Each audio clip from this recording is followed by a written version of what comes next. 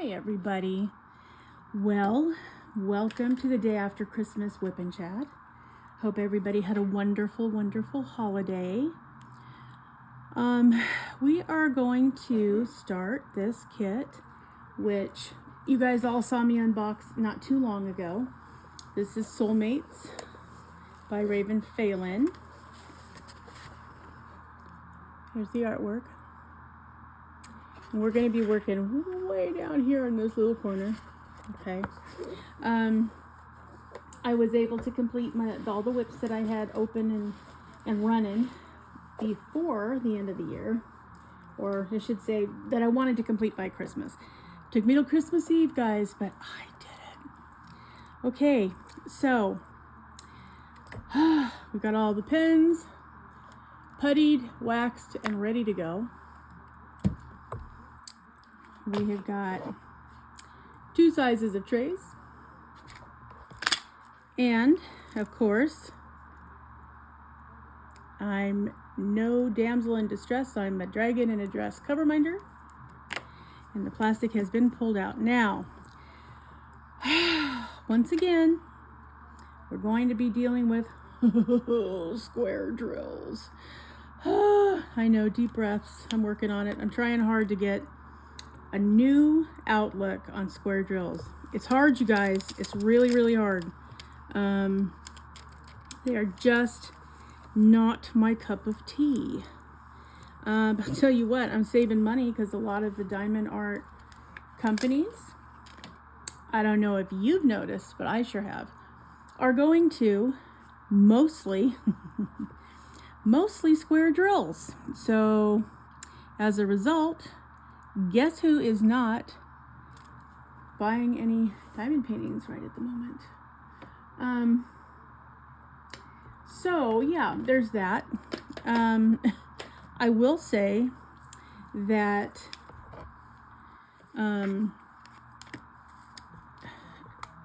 there are some companies, I'm waiting on a couple of canvases that I ordered because I love Jasmine Beckett Griffith's work. I just love it. It's just so wonderful. I love the faces of all of the little females that she has, and I love that a lot of them have dragons with them. So needless to say, I ordered a couple of canvases from the one with the diamond art. The one that I ordered 2 of them, and they do say it takes 2 to 4 weeks, and I think I ordered them gosh, I want to say the 22nd of December. So yeah, hopefully, you know, they'll get here sometime in mid-January, and I'll be able to do an unboxing for you. And I have to say, I have not ordered officially yet. It's a new to me company. I haven't ordered from the one with the diamond art, but you know what's going to happen if I'm at all happy? I'm going to, because they offer you choice. You get to choose not only if you want round or square diamonds, but you also get to choose the size of the canvas. I love that. I can't even tell you how much I love that. So, and the other thing that I love, if you guys have not done this, you should. Oh, by the way, I got this pen. I'm trying to stack the odds ever in my favor for all you Hunger Games people.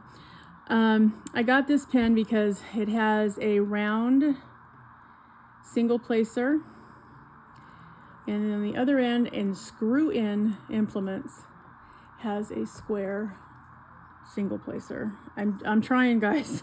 I'm really trying to make peace.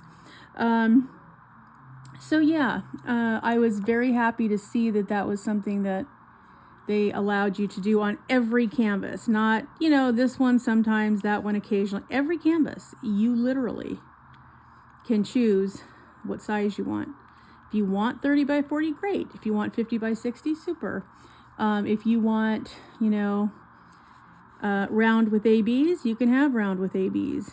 If you want square drills and you don't want ABs and you want it 50 by 60, you can get it that way.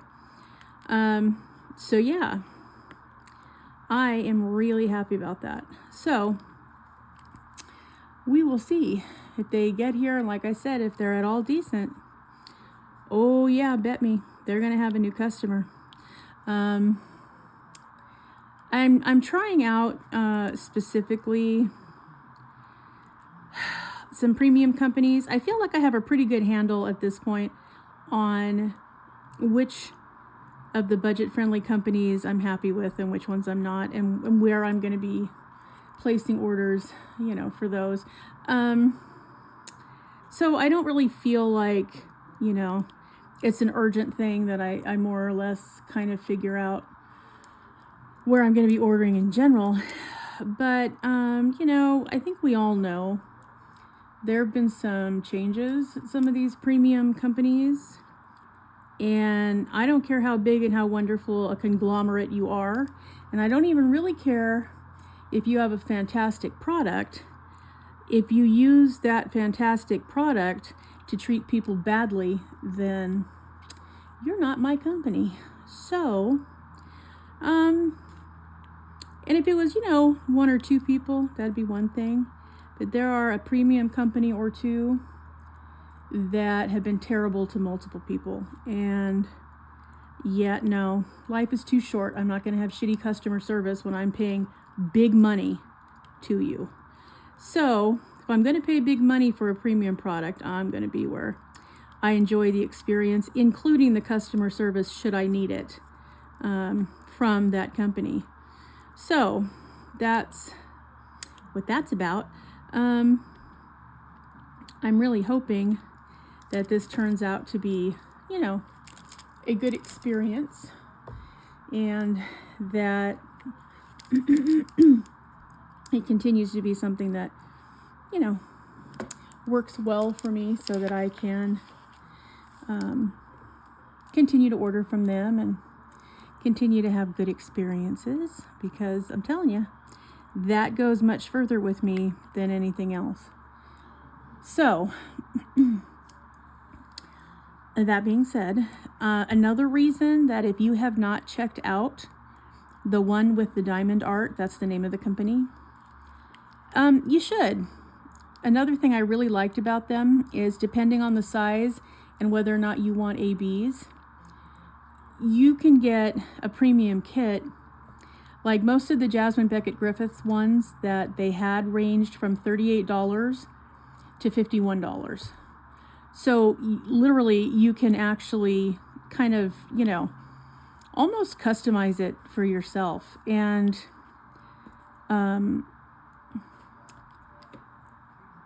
it was just nice to see a company that really gives you some control over the product that you're purchasing.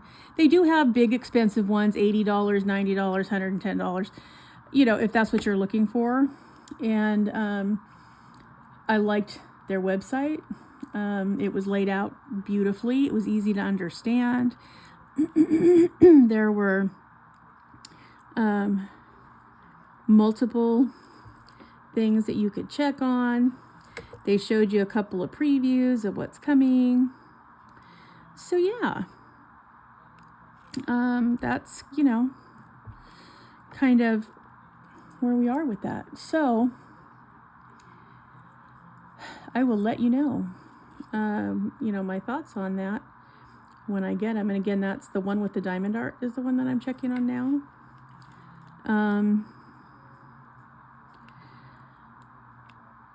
I like Dreamer Designs. I had a good experience with them. Oops, that was a crummy drill. And so I plan to order again from them at some point. They have premium canvases and they have a premium price. So, I'll have to weigh that. But I loved the canvases. I think the supplies were very nice. So yeah, I think it's worth what they charge. They don't have as much selection from the artists that they carry that I actually really like. Like Kurt Reykjavik, they have maybe 4 canvases, 4 or 5. And so, and I think all but one were square drills. And so that sort of, whittled it down a little to what was going to be, what I was going to order. So, as more canvases from more artists become available through them, I'll definitely be looking. I did get on their mailing list. I was happy to do that. So yeah, that's happening. I do have one final order from Fan Cells that was already in process last time I showed you the Fan Cells haul, which I kept wondering, why is it taking so long this time? I mean, it was not showing that it had been shipped. And I thought, what is going on? And then yesterday, on our Christmas Day, I get an email from their customer service person saying, hi, so one of the canvases that you ordered is no longer available. Can you please order another one for this price point so I can ship it? Thanks. Didn't offer refund, you realize. No. Can you pick another one this price? And I'm not afraid to ask for a refund, but in this case, it was fine. There actually was another one in the price arena that they were hoping to get in so that they didn't have to redo the math. And there actually was a White Wolf partial that I loved, and so I was okay with that. So I took a picture of it and I sent it to the customer service email, and I said, could you please replace the discontinued painting with this one? Thank you. And then they got a response. Oh, hello, dear customer. I love it when they call you dear customer. Thank you so much.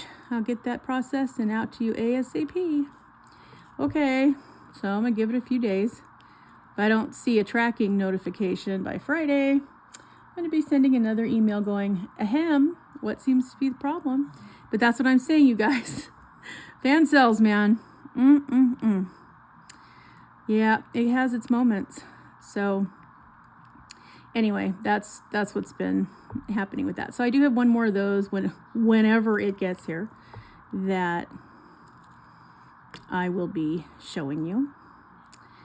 And then for Christmas, I got from my husband and my son, aka Santa, I got 5, count them, 1, 2, 3, 4, 5, 4 that were good sized and 1 snack sized diamond painting. Woohoo!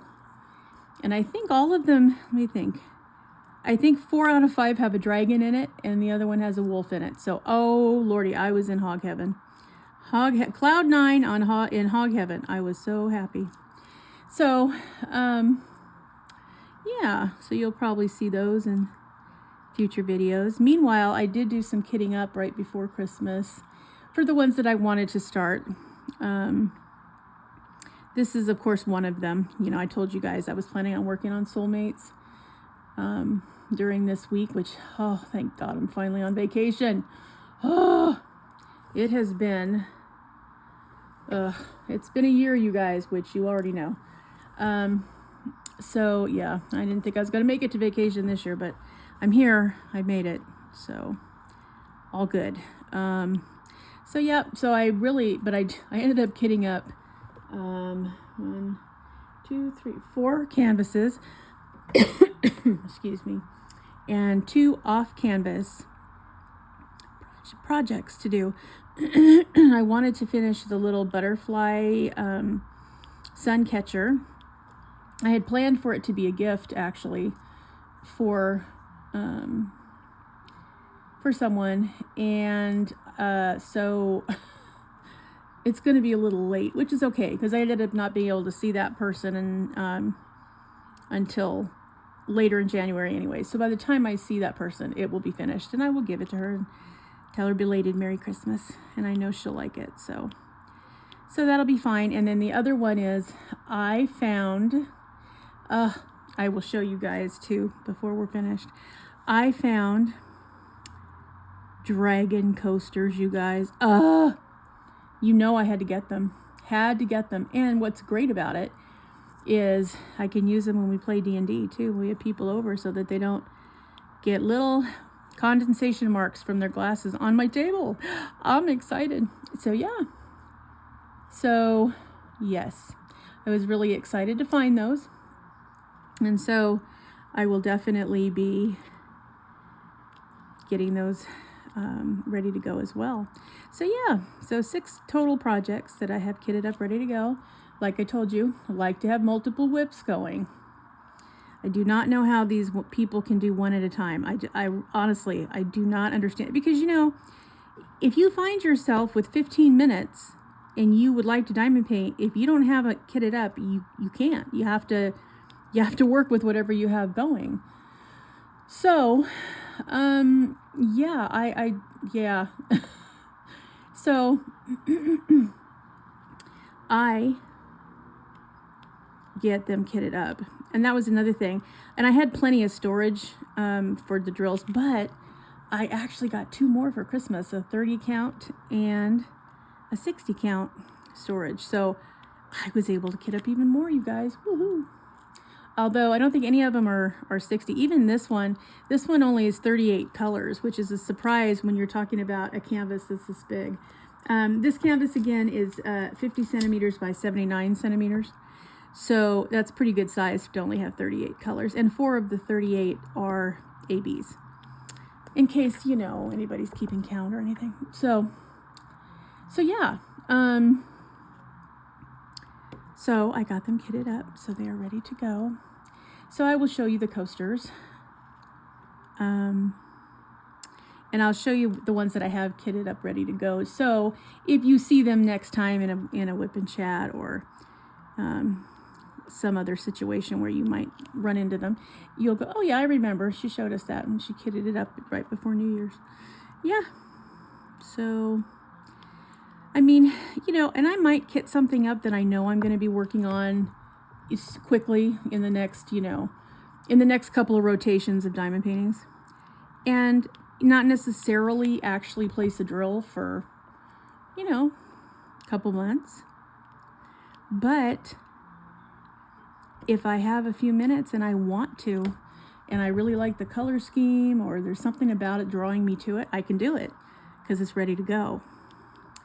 So yeah, kitting up is not evil. It takes some time. I kitted up all 4 canvases. Took me about 90 minutes, all things totaled. I do a couple of things to try to shorten the amount of time I spend kitting up. So, you know, I mean, we all have our tips and tricks, right? And it's nothing spectacular. Like I try to, first of all, pick whichever of my storage container that I have. I have 12 pot, 20 pot, 24, 32, and 64, 60 and 64 for storage to kit up into. Oh, and I have 2 of the 2 of the fake Elizabeth Wards. So those are 42. So I have all of those ready to go, or, you know, empty and ready. And so I try to grab the storage container that has as close to the number of colors as I can. So like with this one, right, there's 38. Okay, so I'm not going to take the 60 pot to do that. That would be just a waste of space. So I decided to go with the 42, which meant I get to use an Elizabeth Ward, so that was fine. And round up. So if you know, are going to kit up something that has, you know, if I were going to have like 41 colors, I would probably go up to a 50 or 60 pot, because inevitably you're going to have 1 or 2 colors that are going to run over, and then you have to either keep them in their bags or you have to be ready to use more than 1 pot for that color. So, you know, so anyways, that's how I start. So I had one that was 12 colors because it's a partial, one that was 23, and one that was 24. So I used the 24 count for the one that had 23 colors, and the one that had 24, I used the 32, which turned out to be a good thing because I ended up having exactly what I needed. Because, the one that had the 24 colors did have a couple that ended up taking up more room. And so I ended up having exactly enough without having to save any of the vacuum packed bags that they send them in. So those kind of things do make it go faster. I write up all of the sticky labels before I start kitting up. So I write them all out and I apply them to the container and then fill them all. So that saves me time over going one at a time. There's just no way. If you do one at a time, it's going to take you forever. And if that's okay, if you want to spend the time doing that because you love that and it's part of the process, that's wonderful. More power to you.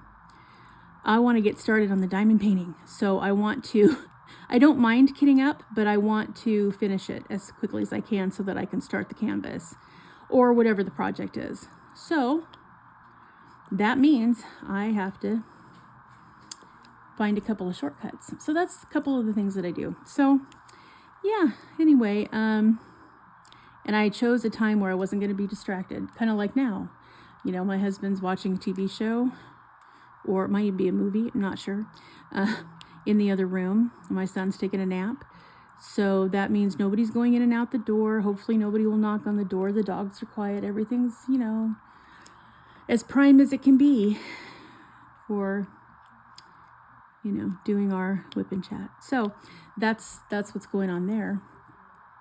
And it was the same thing when I was kitting up. I just waited until there was not a lot happening and the variables were lesser than normal, and sat down and said, listen, does anybody need me for anything? Because I'm about to be busy for a couple of hours. Nope, everything's fine. Okay. And got started and went to town. And everything got kitted up and ready to go. So then when I got up this morning and got all of my chores done, seems like there's always chores, then I was ready to go. As soon as I sat down, I'm like, okay, should I just do this by myself? Should I do a WIP and chat? What should I do? Because I was ready to start. So I decided I would get on here and do a WIP and chat so that, because not only did I owe you guys one because we're a little behind schedule on that, but I miss you guys. And I wanted to say, I hope that you had a wonderful Christmas or whatever holiday you celebrated, and that you're getting ready for New Year's. What are your New Year's plans, you guys? Are you one of those go out and drink yourself into oblivion? Or are you a stay home and watch the ball drop? What do you do? Do you just go to bed and wake up and let it be 2024? Like, what's your shtick? What is your favorite way of seeing the new year enter upon us? That's my question.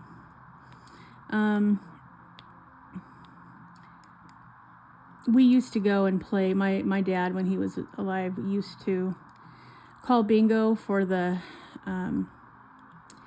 senior citizen community where he lived, in a mobile home community. And so since he called bingo, we used to go and support him while he was doing that for New Year's. And now, since we lost him earlier this month, so we won't be doing that this year. So yeah, that was kind of a bummer.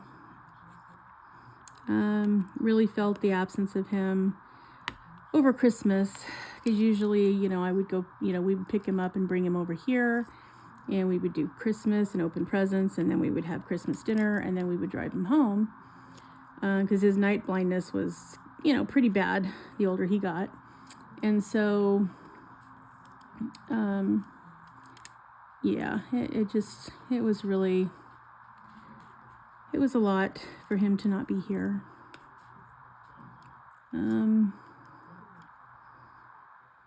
My dad, very, very kind person. Wasn't loud, wasn't, mean or cruel, He wasn't even unnecessarily stubborn a lot of the time. I mean, he was, he could get his point across. I mean, he was stubborn, but he wasn't mean and he wasn't cruel about it. He just felt one way, and that was that. And if you could feel your way, that's fine. And he felt his way, and everybody move on. And if you have to agree to disagree, then that's what you do. So, but yeah, he was pretty amazing. Taught me a love of music, all music. 30s, 40s, 50s, 60s, 70s, 80s, 90s, thousands. And I'm really thankful for that, because I didn't realize how many people kind of get locked in to the music that they listen to from a generational standpoint. Like I'm a child of the 80s, okay? So I often, when I'm putting in a CD or something, or if I'm listening to the station, which I can't believe they're now calling it oldies. Like, when did that happen? Seriously? I will turn on the 80s, and I'll hear, my Air Supply playing, or REO Speedwagon, Hall & Oates. I liked what they used to call light rock, because I like to be able to understand the words that are being said. It's my thing. That's not to say that I didn't have mad respect for punk rockers and metalheads. God love them. I think it's great that everybody can have the kind of music that speaks to them. But my dad, he sang to me from the time I was born. And I don't remember not knowing Broadway musical numbers and, songs from the 40s and 50s, and even from the big band era. I mean, and just, he had eclectic taste because he loved all music. And that's what he passed on, And he made sure to let me know that, hey, listen, if you give it a chance. Because I remember when I was in choir, from 7th grade to 12th grade, so all through junior high. And it was junior high then, none of this middle school thing, which I have, issues about, was middle school. I mean, it was junior high, 7th and 8th grade. So I started there in choir, had a wonderful choir director, sweet, sweet man, wonderful person. And then went into high school, had a couple of choir directors there. One retired my sophomore year, so we got a new one. And I remember complaining, I think when I was in the 8th grade, we had to sing Bach. And you have not lived until you try to sing Bach. Not easy, because it's not meant to be sung. It's meant to be played on a piano. So we were, as a choir, we were all struggling. We all didn't like it, but we were going to a competition. And our choir director knew that because it was technically difficult, if we could pull it off, we were going to be in good shape, for the scoring and the and placing, and seeing how we did. Well, and he was right. We ended up getting 4 superiors, a superior from all 4 judges, which was a command performance, which no other junior high had done in decades. So that was exciting. We had a write-up in the paper, the whole thing. So, and we definitely owed it to him, because he took all of our whining and complaining and, told us, I know you can do it. And we were like, we can't possibly do it. Yes, you can. And, God love him, because he was right. And we did it. And we were all, so excited. So anyway, we were sitting there, and I'm at the piano, and I'm practicing singing this piece just by playing. I mean, I didn't play the piano, but I could play a note or two. I could read music, so I could say, what is this supposed to sound like? And so I would kind of plunk it out, and I would go, and I'd get so frustrated, and I would get mad at the piano, and we, because that's kind of what 8th grade girls do. And so my dad would come in, what's going on? Why are you pounding on my piano? Dad, I'm not pounding on it. I'm irritated though. Why are you irritated? He wants us to sing this dumb thing by Bach, and it shouldn't be sung, and the whole thing. And he goes, when I was in high school, we had to sing several songs from the Messiah, which is no picnic either. And I knew it wasn't because we had talked about that before. And so he said, you need to give music a chance. I'm like, why? Why do I have to why can't I just, listen to the Beach Boys and call it a day? Well, you can listen to the Beach Boys, and you should. However, all music has something to give you if you give it a chance. I'm like, Dad, what are you talking about? If you're going to get philosophical, I'm going to go need to get something to eat. He's like, no, listen. Music is emotion put to a tune. I'm like, Dad, that's ridiculous. He's, no, think about it. When you listen to music, whatever kind of music, it evokes something in you. If you break up with a boyfriend, you play a certain kind of music. If you are ecstatically happy because something wonderful is about to happen or did happen, you don't play doldrums music. You're probably not going to play Mozart. You're going to play something you can dance to. And I said, well, yeah, that's true. Okay. That's because the music is offering you the outlet that you need at that moment in time. And it's the same thing with all different types of music. He said, if you haven't listened to an orchestra and really listened to it, you need to. I'm like, oh, Dad, boring. He goes, no, listen. He played clarinet from the time he was in junior high all the way through high school, in both band and orchestra. And then as he got older, he played his harmonica, which we all loved because he played it well and it was wonderful. But he believed that all music had a place, and that if you didn't listen to all different types of music, you were shorting yourself an experience. And that you're taking your ability to hear the music and wasting it by not finding out what it's trying to tell you. So as a result, I was one of the few, 12-year-olds that was singing songs from Carousel and Oklahoma and South Pacific and Chorus Line and Annie, Get Your Gun. And yeah. So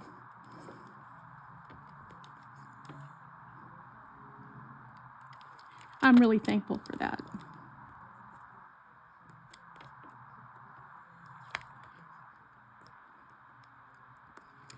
So I'm passing that along to you guys, I mean, if your main jam is, you like to listen to Bread, or, if you want to listen to the Kingston Trio or whatever it is, you know what? Great. But, do yourself a favor.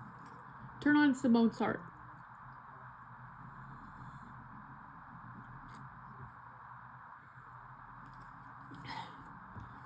Give it a chance to see what it's trying to tell you.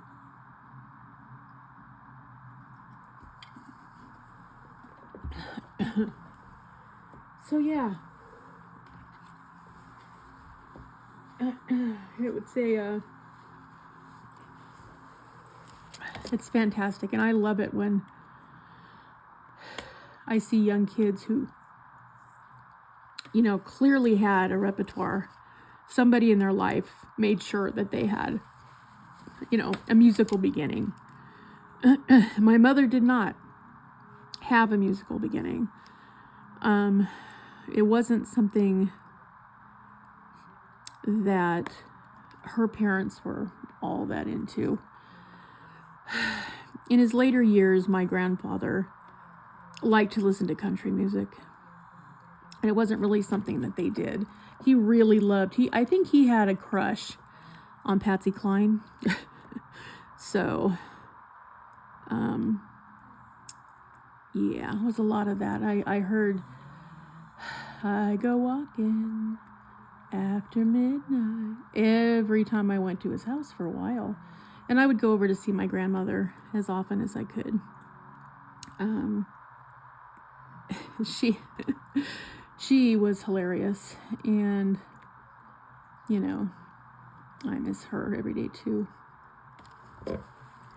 My maternal grandmother is the Native American one, and oh, she looked like a squaw, you guys. Oh my God, really beautiful bronze skin, jet black hair, beautiful deep brown eyes. 4'10", and every bit the Spitfire you would expect. But always a lady. And yeah, she was a lot of fun. Yep, 4'10". My mother, 5'1". I'm the family Amazon at a whopping 5'3". So yes, very squaw-like looking people. And what was funny was my father's mother is from Sweden. Skin that was so translucent you could see through it.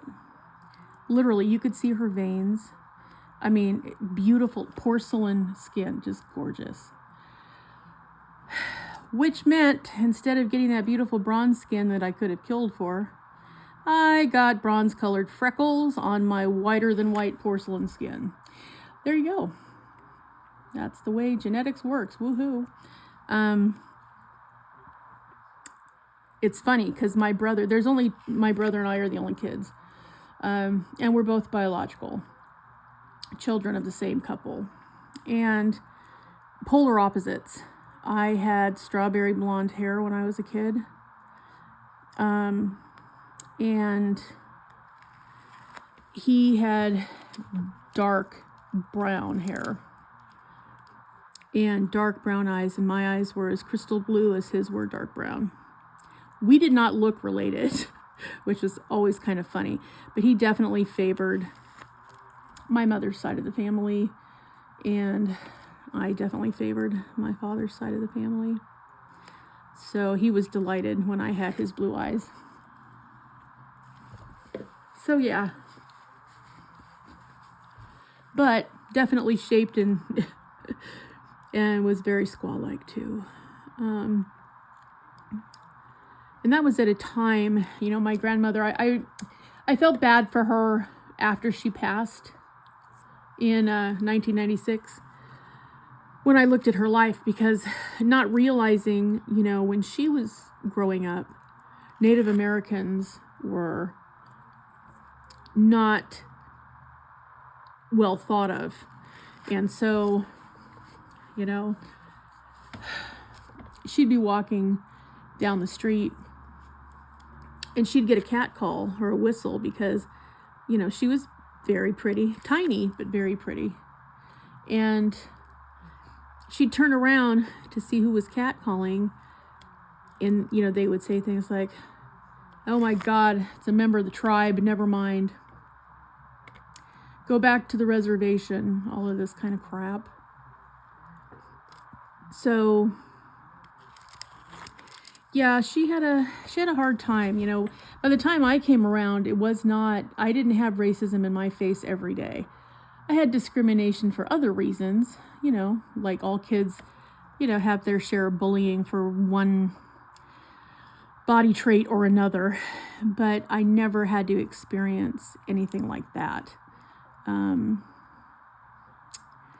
So, yeah, it was something that she endured that I didn't realize. I also didn't realize how much I looked like her until I was an adult and I was looking at, some old pictures. And when my first child came into my life, I was much more interested in genetics and what, and what that meant and how that looked and, all of that. And so I was just kind of going through some of the old family albums. My grandmother had a very difficult life. Her grandfather, her father's father,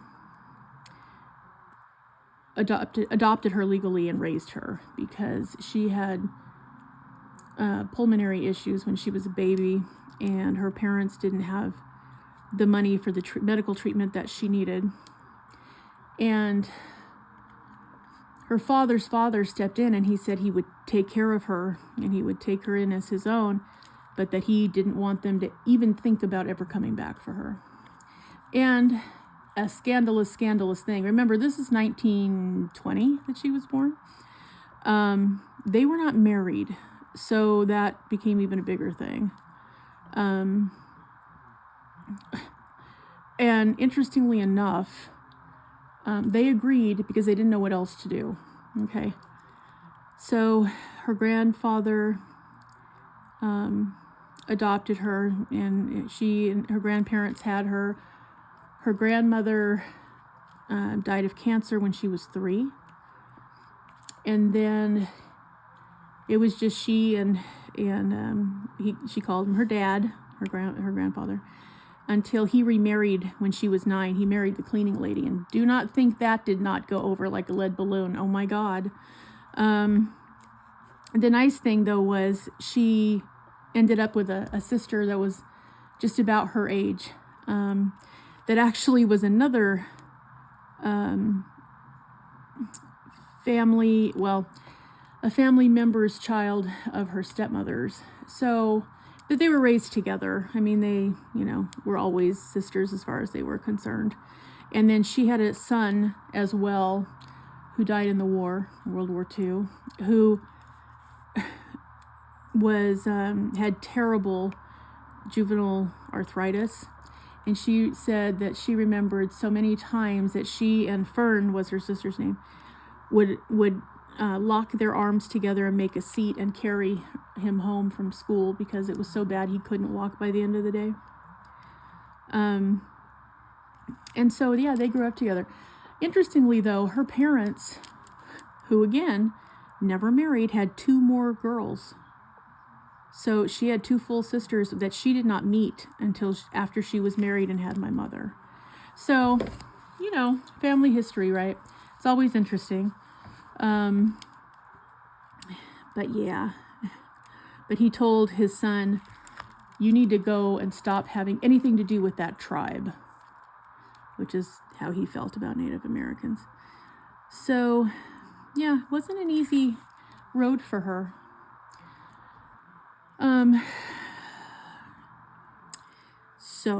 But I always had a lot of respect for her because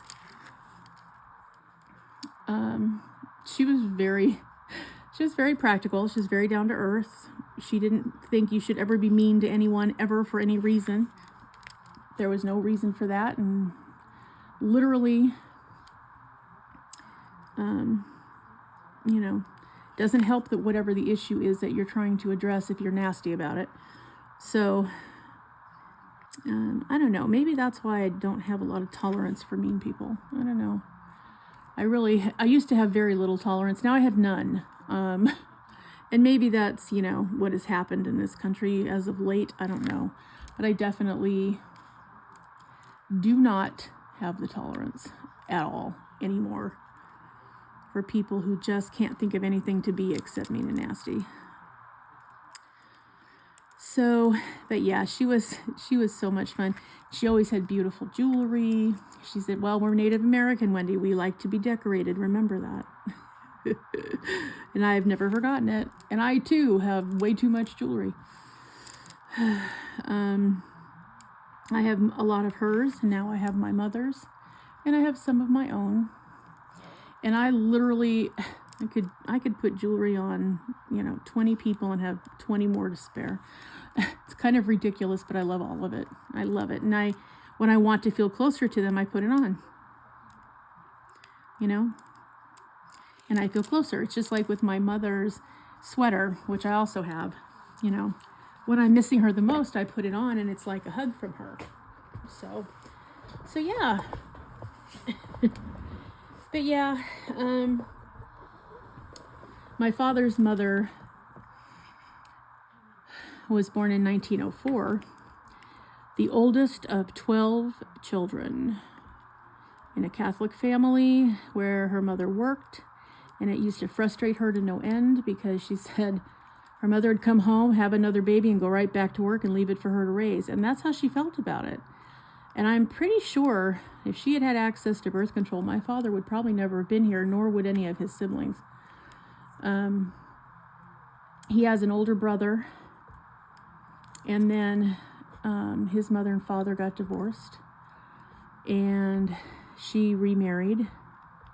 He did too, but she remarried and had 3 more children with her new husband, because that was the expectation, that you would marry a man and then have children for him, and that was just part of it. So, but she was a Spitfire too. I mean, now remember, this is now, let's see, she's born in 1904, so this was about 1919. She got sent to the principal's office because she said she would not take home ec. Period. End of discussion. She wanted to take woodshop. And I'm just picturing my Swedish grandmother, who was tall for a woman. It's funny, my other grandmother was so short, and she was so tall. She carried herself well too. And she came in there and he said, "What are you talking about? Of course you're a female, you're going to be taking home ec." She said, "No, I'm not." She said, "I don't know how to cook. I'm the oldest of 12. I cook every day. I'm not taking it." "Well, what about sewing?" "Yeah, and I already know how to sew." Well, I mean, it just simply isn't done. You cannot just take woodshop." And she's like, "Where does it say that?" She was pulling a Karen before Karen was ever thought of. She wanted to say, wanted to see the management. Where did it say that she couldn't take woodshop? Well, he couldn't produce it, so he let her take woodshop. So she was the only girl in her class, 1916, 1915, 1917, somewhere in there. And she made her own hoop chest. So there you go. And yeah, she was a rebel too. See, I come from a long line of troublemakers. What can I tell you? Strong-willed women who did not mess around. I mean, they took care of business, and that was the way it was. And if you didn't like how they took care of business, okay, the door's over there. So yeah, I was always proud of them, but I always felt like big shoes to fill. And then when I didn't have any daughters, I was sad about that for a long time. And I felt like, I don't know, because I adopted 2 and gave birth to 1, I could have, when I adopted, said I only want a girl. I could have done that. But at the time I was young and idealistic, and I just figured, we would get whatever we were meant to have. So we didn't specify. And that was fine for the first one. The second one, I could have said, "Hey, we have a boy. We'd like a girl, please. Thank you for playing." But nope, didn't do it then either, and probably should have and didn't. So yeah, it's okay. There are perks to raising boys. So yeah. And so then after we adopted the first 2, and I was well into month 5 before I knew about the last one. And I thought, finally, this one's going to be a girl, because I'd already raised the 2 boys for quite a long time. And nope. Because I was with a perinatologist, because I was high risk. The ultrasound tech said, "Did you want to know the sex of the baby?" As he was doing the ultrasound for the 3rd or 4th week in a row. "Yes, of course." I said, "But you better say it's a girl." "Oh, sorry about that. There's a penis. I'm pretty sure that means it's a boy." So, so yeah. And then when my youngest came out, Just as redheaded as the day is long. My mother's a redhead. And her sister, sorry everybody, I'm having all kinds of respiratory stuff. But my mother was a redhead. Her sister, dark black hair, dark brown skin. And then her brother, the baby, also a redhead. Because her father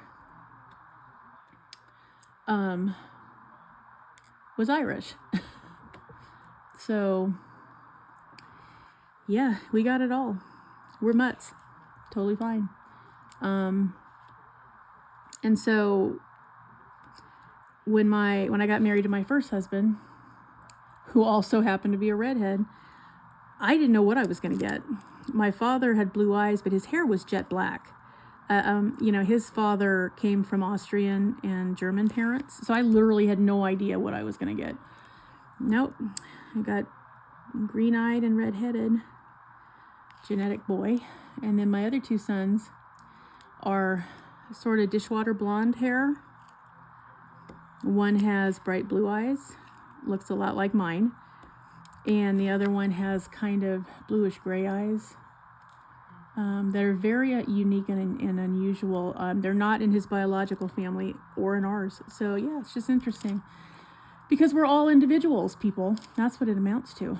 So yeah, it's always interesting to see what happens. But I don't even know how we got off on a genetic topic. I started out with music, and then we went way to the other side of the equation. Anyway, I have kept you guys for an hour and a half, so I have got to let you go. Thanks for hanging with me. I hope that everybody had a nice Christmas. And let me know what your New Year's plans are, if you have some.